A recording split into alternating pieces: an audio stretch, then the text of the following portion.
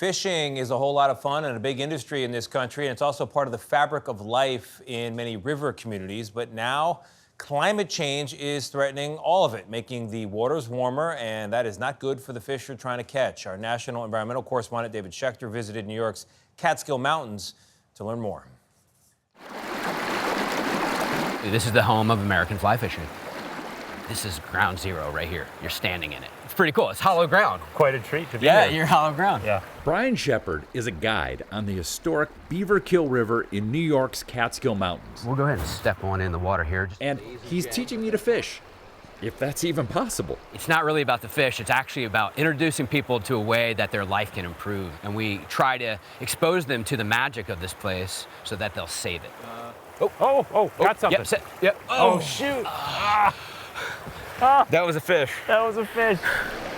But rivers everywhere are in trouble. Recent research found 87% of rivers studied across the U.S. and Europe are warming, with 70% losing oxygen. What climate change does is it's starving the oxygen out of the water. It's raising the water temperature, and it's killing off trout. I don't know that I'll be doing this in 10 to 15 years from now. Shepard is part of a $750 million U.S. fly fishing industry, but he's finding it harder to make a living.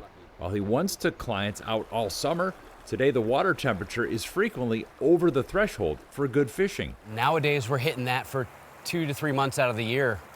In the middle of summer, you catch one of these fish and it'll kill them right away. If you go to the museums around here, you'll see pictures of people catching hundreds and hundreds of brook trout out of these streams.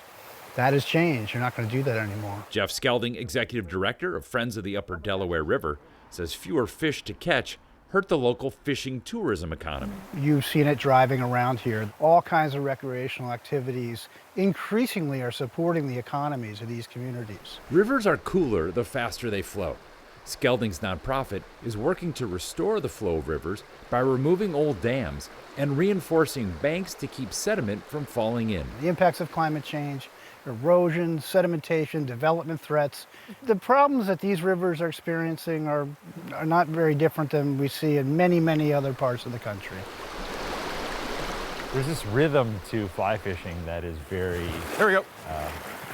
He's got something. Hey, David, get that net. Get that net. This is a brown, Catskill brown, which is the hardest of the two species to catch. Way to go. Ooh, and look, he's feisty. A lot of oxygen in the water. Yeah. Another magic moment in the Catskills.